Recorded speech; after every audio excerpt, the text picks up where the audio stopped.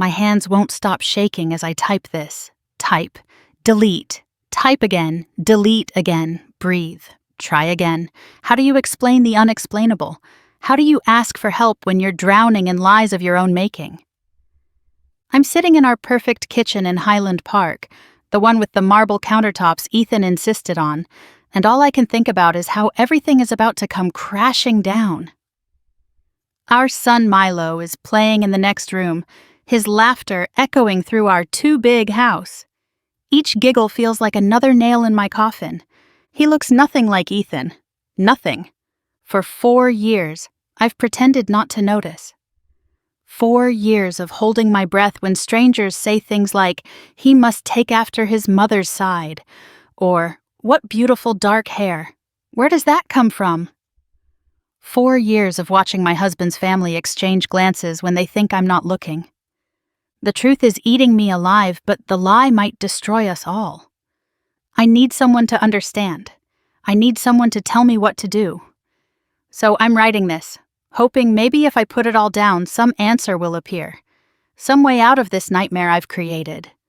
I know what you're thinking already. I'm a cheater, a liar, the worst kind of woman. And you're right. But please, just hear me out. Not because I deserve it, but because I'm terrified of what happens next. I met Ethan when I was 20. I'd just been disowned by my family for leaving our strict religious community in Fort Worth. No money, no support, nowhere to go. I was crashing on a friend's couch, working at a coffee shop in Uptown, trying to figure out how to exist in a world I'd been taught to fear. Ethan was 32, successful, established. He came into the coffee shop every morning at exactly 7:15, ordered a large dark roast, no room, and left a $5 tip. For weeks, that was our only interaction. Then one morning he lingered. "You look sad," he said simply. Not a pickup line, just an observation. "I'm fine," I lied, blinking back tears because my family had just refused to take my calls again. "No one who's fine looks that lost," he said. "Want to talk about it?" I should have been more careful, should have seen the warning signs, but I was so desperately alone, and he was so steady, so sure. He listened to my whole story over coffee that stretched into lunch. By dinner, I felt like I'd known him forever. "You need stability," he said as he walked me home. "Someone to take care of you." It sounded like salvation. We were married 8 months later. Looking back, I see how fast it all was, how I never really got to know him before I said yes. But at the time, it felt like rescue. He had this beautiful house, this perfect life, and he wanted to share it with me. Who was I to question that? The first year was everything I thought marriage should be. Ethan was attentive, generous, protective. He insisted I quit the coffee shop. "My wife doesn't need to work," he said. And it sounded like love, not control. He added me to his accounts, bought me a new car, introduced me to his world of charity galas and country clubs. I got pregnant with our daughter Sophia right away. Ethan was thrilled, doting on me throughout the pregnancy, setting up the perfect nursery, reading every parenting book. When she was born, he cried, holding her tiny fingers and promising to give her the world. For 3 years, I thought I was living a fairy tale. Yes, Ethan had particular ways he liked things done. Yes, he could be moody when work was stressful. But didn't all marriages have their adjustments? Then something shifted. Or maybe I just started noticing what had always been there. It started with small criticisms. The way I loaded the dishwasher, how I folded his shirts, why I'd bought the wrong brand of coffee creamer. At first, he'd mention these things casually, almost jokingly, but gradually the jokes got sharper. "How hard is it to remember that I like my shirts folded in thirds, not halves?" he'd say, refolding his entire drawer while I watched. "I swear, Natalie, sometimes I think you do these things on purpose." I'd apologize, promise to do better, but there was always something else.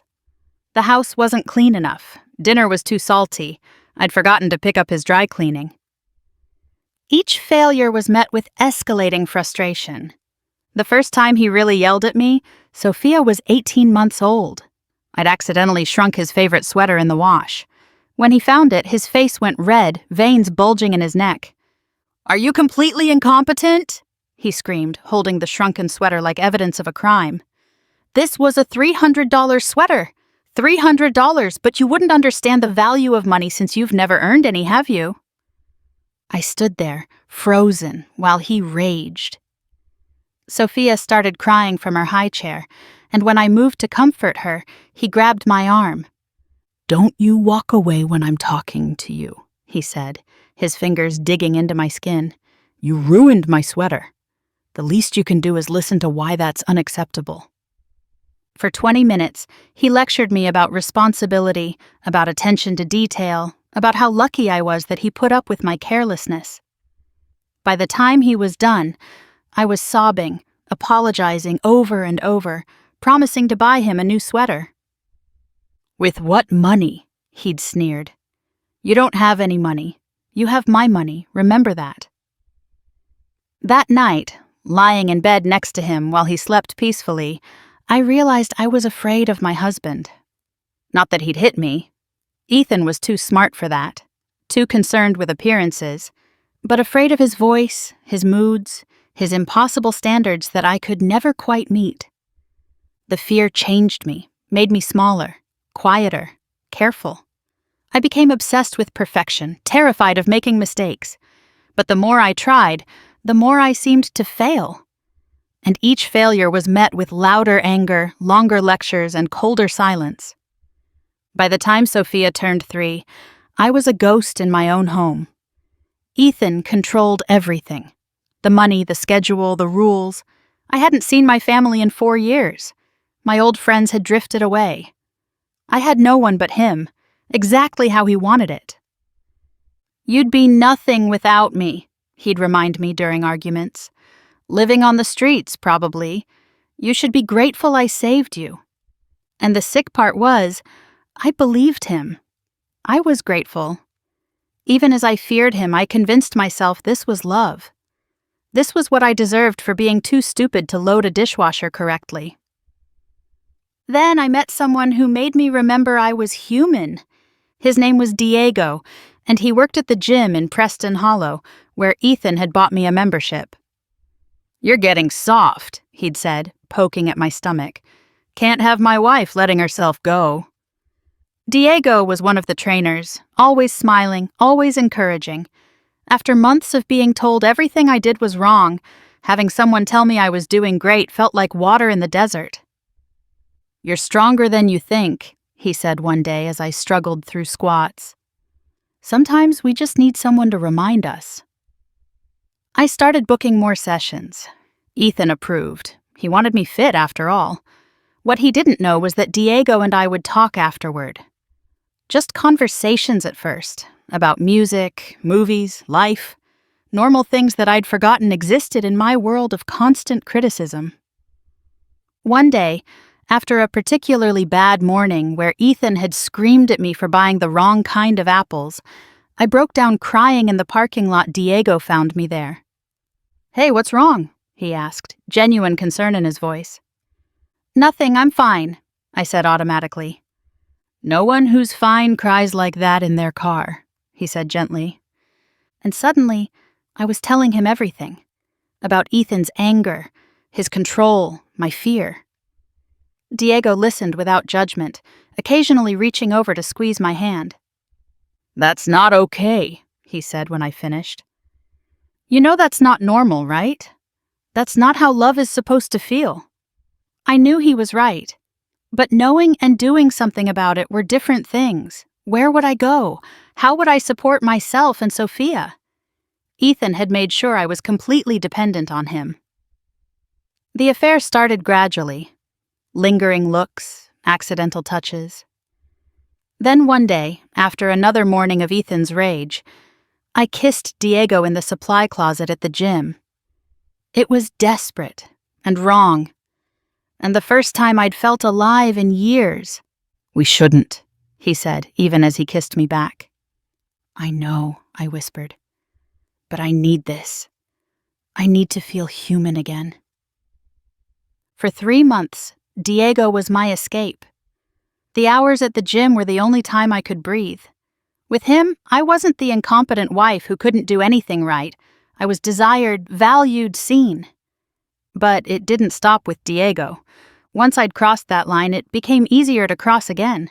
The bartender at the cafe where I sometimes ate alone. A dad from Sophia's playgroup, my hairdresser's assistant. Men who smiled at me, complimented me, made me feel like more than Ethan's disappointing wife. I knew it was self-destructive. Knew I was risking everything. But the fear of being caught was still less than the daily fear of disappointing Ethan. At least when I was with someone else, I could pretend I had value. The pregnancy was a shock. Ethan and I barely touched anymore. He was usually too disgusted with whatever I'd done wrong that day. But we'd had sex once in the possible window. A perfunctory encounter after a charity event where he'd had too much wine. I knew immediately there was a chance it wasn't his. More than a chance. I'd been with 3 other men that month, but I pushed the doubt down, told myself the timing worked out, that of course the baby was Ethan's. When Milo was born, the doubt became certainty. Ethan held our son, studying his face with a frown. "He's so dark," he said, tracing Milo's olive skin, his black hair. "Must be from your side." "Must be," I agreed, my heart hammering. You know genetics are weird. But genetics weren't that weird. Not when both Ethan and I had blonde hair, fair skin, blue eyes. Not when both our families were Scandinavian stock going back generations. Milo looked like neither of us. Not like Sophia, not like Ethan, not like me. For 2 years, I held my breath, waiting for Ethan to figure it out. But he was too busy with work. Too sure of his control to imagine I'd ever betray him. When people commented on Milo's appearance, I'd laugh it off. "Throwback genes," I'd say. "You never know what you'll get." But now Milo is 4, and the differences are impossible to ignore. He's beautiful. Dark eyes, olive skin, black curls. Nothing like his supposed father. Nothing like his sister. A constant reminder of my betrayal walking around our house. Ethan's family has started asking questions. His mother pulled me aside at Thanksgiving. "Milo certainly is unique looking," she said, her eyes hard. "Where exactly does that complexion come from?" "Recessive genes?" I said weakly. "You know how it is." "Do I?" she asked, then walked away. Last week, Ethan's brother made a joke about the milkman that fell flat. Ethan laughed, but I saw something shift in his eyes. A question forming that he wasn't ready to ask yet. I know what's coming. The doubt is there now, growing every day. Soon he'll demand a test, and then everything will explode. He'll know I cheated multiple times. He'll know I tried to pass another man's son off as his. What terrifies me most isn't losing the house or the money. It's not even losing my children, though that thought makes me sick. It's Ethan's rage when he discovers how thoroughly I've betrayed him. The man who screams about wrong apples or shrunk sweaters, what will he do when he learns about this? I've started sleeping with my door locked. Started keeping my keys by my bed. Started planning escape routes in my head. Because I know Ethan and I know his pride is everything. This betrayal will destroy him, and he'll want to destroy me in return. Some people reading this will say I deserve whatever comes. That I made my bed, and now I have to lie in it. And maybe they're right.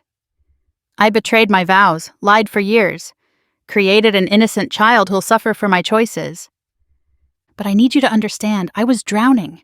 Ethan had stripped away everything that made me myself. The affairs weren't about sex or even love. They were about survival, about proving I existed beyond being Ethan's failure of a wife. I know that doesn't excuse it. Nothing excuses what I've done. But maybe it explains it. Yesterday, I overheard Ethan on the phone with someone. "I need a DNA test," he said quietly. "Discreet. Can you arrange that?" So, it's happening. The countdown has begun. I've started researching women's shelters, though I don't know if they'll take someone like me. I'm not a traditional victim. I'm a cheater who got caught. But I'm still afraid, still trapped, still desperate. I've thought about taking the kids and running, but where would we go? With what money? Ethan knows everyone in Dallas. He has connections everywhere. And legally, I have no grounds to take his children, especially once he proves Milo isn't his. Sometimes I lie awake at night, listening to Ethan breathe, and wonder if I should just tell him. Confess everything before he finds out on his own.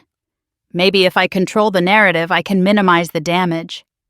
But then I remember his face when I shrunk that sweater, the veins in his neck, the way his voice shook the windows. And I know there's no minimizing this. There's no soft landing when you fall from this height. Milo asked me yesterday why Daddy never plays with him the way he plays with Sophia. What could I say? That Daddy suspects you're not his? That every time he looks at you, he sees evidence of my betrayal? Daddy loves you, I lied. He's just very busy with work. But Milo's smart. He knows something's different. Knows he doesn't fit in this family the way Sophia does. And soon he'll know why. I've destroyed so many lives. Ethan's, though he doesn't know it yet. Milo's, who never asked to be born into this mess. Sophia's, who will lose her family when this explodes. Even the men I slept with, who had no idea they might have fathered a child. And my own life, of course. Though that was destroyed long ago, the day I mistook control for love and married a man who would slowly erase me. I keep trying to find the villain in this story, and I know it's me. I'm the cheater, the liar, the woman who betrayed her husband and tried to pass off another man's child as his. In any telling, I'm the bad guy. But I also know I'm the woman who was 20 and alone, who thought being saved meant being owned, who tried so hard to be perfect that she broke into pieces, who sought comfort in the arms of strangers because her husband's arms felt like a prison. Does trauma excuse betrayal? Does fear justify lies? I don't know. I just know I'm running out of time, and I don't know what to do. Part of me hopes when Ethan finds out, it'll finally be over. No more pretending. No more fear. No more lies. Just the truth, ugly as it is, finally in the light. But another part knows that when the truth comes out, the real nightmare begins. Ethan with his money and connections. Ethan with his rage and pride. Ethan with proof that I'm exactly the failure he always said I was. I've started saying goodbye to things. The kitchen where I learned to cook his specific meals. The bedroom where I learned to make myself small. The nursery where I rocked Milo, knowing he might not belong here. I say goodbye to Sophia every morning, memorizing her face, wondering if Ethan will let me see her after. I hold Milo extra tight, whispering apologies he doesn't understand yet. And I say goodbye to the woman I was before all this, the 20-year-old who just wanted to be loved, who thought marriage meant safety, who didn't know that sometimes the person who saves you is the one you need saving from. That woman is gone now, replaced by someone I don't recognize, a liar, a cheater, a survivor, a fool, all of these things and none of them depending on who's telling the story. The DNA test results will come soon, days, maybe weeks. And then Ethan will know what I've always known, that Milo isn't his, that I betrayed him in the worst possible way, that everything he believed about our marriage was a lie. I don't know what happens after that. I can't see past the explosion to whatever comes next. All I know is that I'm afraid. More afraid than I've ever been, which says something given that I've spent 8 years being afraid. People will judge me for writing this, for trying to explain the unexplainable, justify the unjustifiable. They'll say I'm making excuses, playing victim when I'm clearly the perpetrator. And they're probably right, but I needed someone to know the whole story, not the version Ethan will tell, where I'm just a worthless whore who deceived him, not the version I tell myself, where I'm just a victim who made desperate choices, but something closer to the truth, messy and complicated as it is. I loved my husband once, before I learned to fear him. I love my children always, even though I've failed them. I loved the men who made me feel human, even though I used them. And somewhere buried deep, I might still love myself, even though I've become someone unlovable. And that's the real tragedy in all of this.